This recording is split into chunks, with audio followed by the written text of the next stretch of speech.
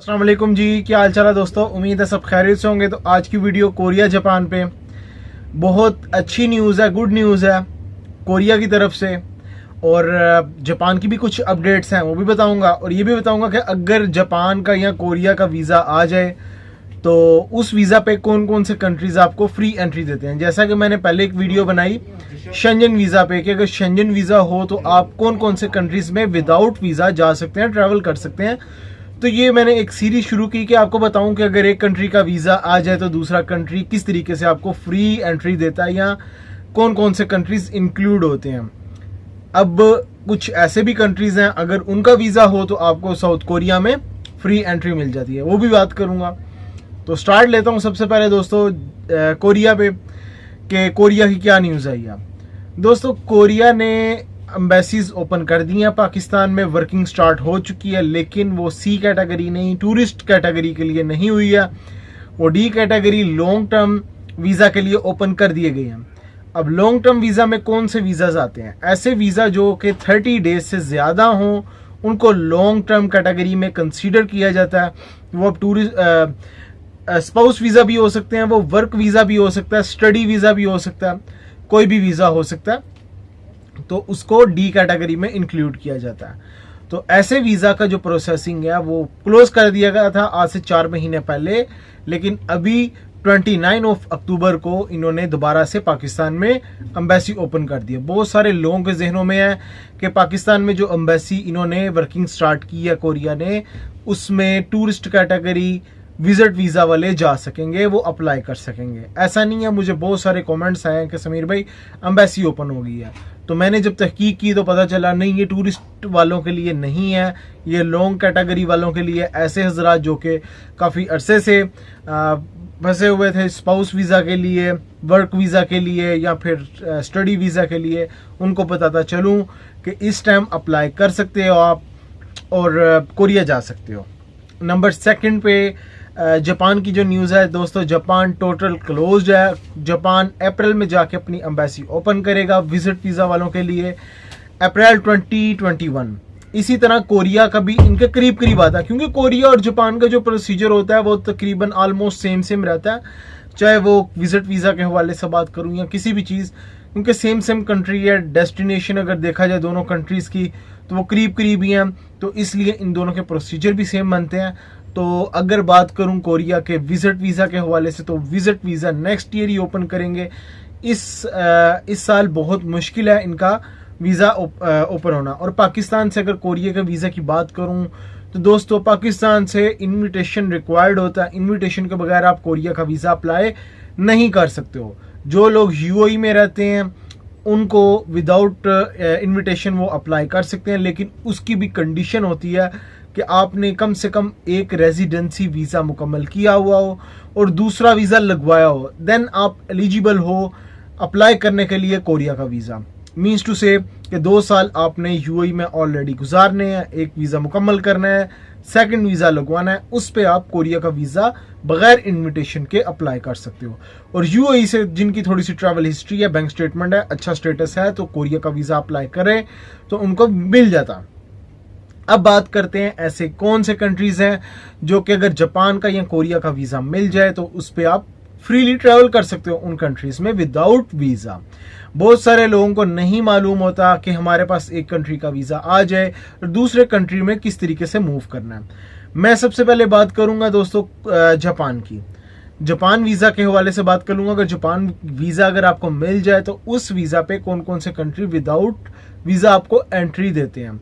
तो दोस्तों जापान का अगर विजिट वीज़ा हो आपके पास तो आप मैक्सिको में जा सकते हो विदाउट वीज़ा। लेकिन यहाँ मैं बताता चलूँ कि जापान का सिंगल एंट्री वीज़ा नहीं, या तो डबल एंट्री वीज़ा हो या मल्टीपल एंट्री वीज़ा हो, उस वीज़ा पे आप मैक्सिको में जा सकते हो।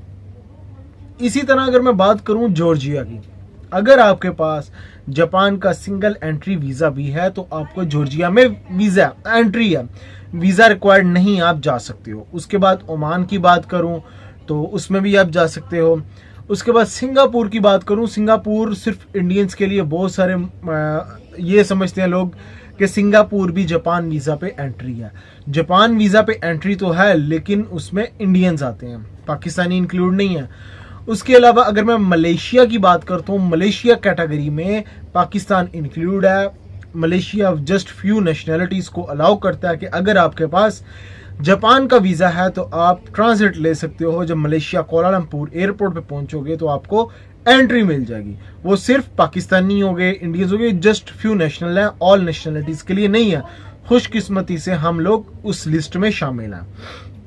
अब ये मैं बताता चलूं कि जो लोग जापान जा रहे हैं, जापान का वीज़ा है, तो वो अगर कोलालमपुर से जा रहे हैं तो ये एंट्री सिर्फ कोलालमपुर एयरपोर्ट से ही मिलेगी आपको, और इसमें 5 डेज तक आपको एंट्री मिलेगी। 5 डेज या इससे ऑनवर्ड एंट्री मिल सकती है, लेकिन मिनिमम 5 डेज की आपको कोलालमपुर एयरपोर्ट से आपको एंट्री मिल जाएगी। समटाइम्स वहां पे थोड़ी सी प्रॉब्लम आती है, पूछगिछ करते हैं, वो आप होटल बुकिंग आपने दिखानी है, शो मनी दिखानी है, तो आपको मिल जाती है। मेरे फ्रेंड ने चाइना वीज़ा पे भी कोलालमपुर एयरपोर्ट से ट्रांजिट वीज़ा लिया 2-3 बार, लेकिन एक लास्ट टाइम जब उसको एंट्री उन्होंने नहीं दी थी, क्योंकि इंक्लूड ही नहीं, पाकिस्तान को उस लिस्ट में शामिल नहीं किया हुआ था चाइना वीज़ा में। लेकिन अगर जापान का वीज़ा हो तो आपको मिल जाती है। तो ये तो मैंने बात की आपकी जापान की, कि जापान में आप हो मैक्सिको, जॉर्जिया, ओमान, मलेशिया, आप फ्रीली ट्रैवल कर सकते हो। अगर इंडियंस हैं तो वो ताइवान भी जा सकते हैं और सिंगापुर भी एंट्री ले सकते हैं। अब मैं बात करता हूं साउथ कोरिया की। अगर साउथ कोरिया का वीज़ा आ जाए आपके पास, तो साउथ कोरिया पे आपको मलेशिया एक ऐसा कंट्री है जो कि एंट्री देता है। हमारे बहुत सारे लोगों को नहीं पता, वो क्या करते हैं कि एक वीज़ा ले लेते हैं, सबसे पहले कोरिया का लग गया तो फिर कहते हैं यार रास्ते में जो डेस्टिनेशन पड़ रही है कौन कौन सी है, सिंगापुर पड़ता है, मलेशिया, थाईलैंड, इंडोनेशिया, वियतनाम, इस तरह के कंट्रीज आते हैं। कहते हैं चलो एक पैकेज बनाते हैं और रास्ते में ये भी कंट्रीज को ट्रैवल करते हुए जाते हैं। लेकिन ये नहीं पता होता कि अगर हमारे पास कोरिया का वीज़ा है तो मलेशिया एंट्री देता है। तो इस तरीके से अगर आपके पास कोरिया का वीज़ा आ जाए तो एंट्री है। अब मैं बताता हूं कि कौन से ऐसा वीज़ा हो आपके पास कि साउथ कोरिया फ्री एंट्री देता है। लेकिन अब ये याद रखेंगे साउथ कोरिया कोई छोटा कंट्री नहीं है। साउथ कोरिया, जापान ऐसे कंट्रीज हैं दुनिया में सबसे ज़्यादा पैसा जिन्होंने कमाना है।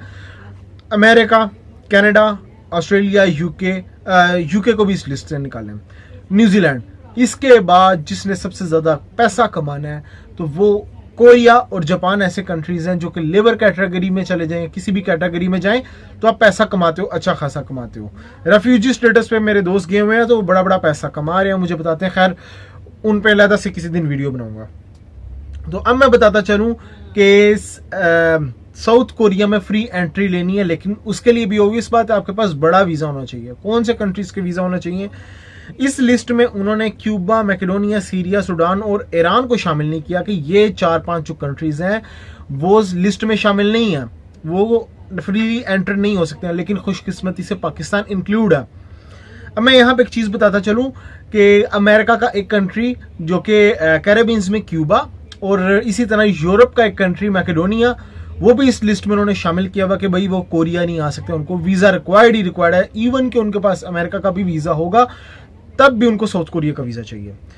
अदरवाइज पाकिस्तान अगर आता है उसमें उन्होंने बताया कौन से ऐसे वीज़ा हों कि आप कोरिया में जा सकते हो। A visa of residence permit from Australia, Canada, New Zealand और यूएसए, कि ये जो 4 कंट्रीज हैं अगर इनका वीज़ा, किसी एक का भी कंट्री का वीज़ा है तो आप कोरिया में विदाउट वीज़ा एंट्री ले सकते हो। लेकिन उसकी कुछ कंडीशन साथ रखी गई हैं। वो क्या है?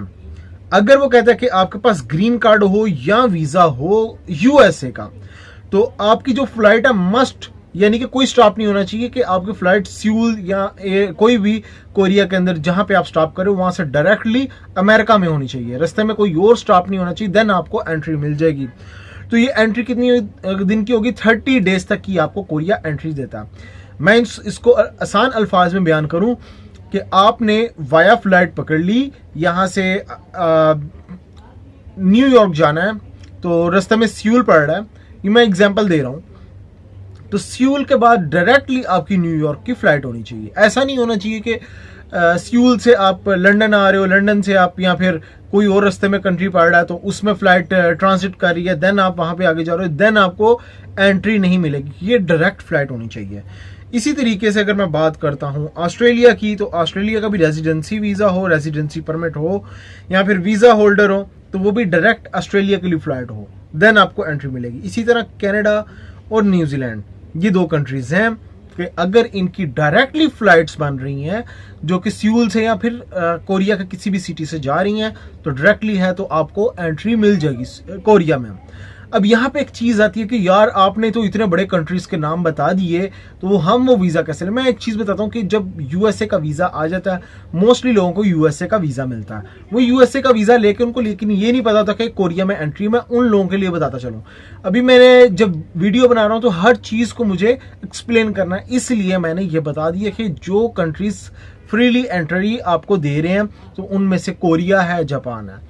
तो इंशाल्लाह ये सीरीज चलती रहेगी। मैं आपको अब नेक्स्ट कंट्रीज के बारे में, जैसे सिंगापुर हो गया, उसके बाद कुछ और कंट्रीज अगर वो वीजा हो तो कौन कौन से कंट्री में एंट्री है, तो इंशाल्लाह बात करेंगे नेक्स्ट वीडियो में। तब तक के लिए इजाजत दीजिए। टेक केयर, अल्लाह।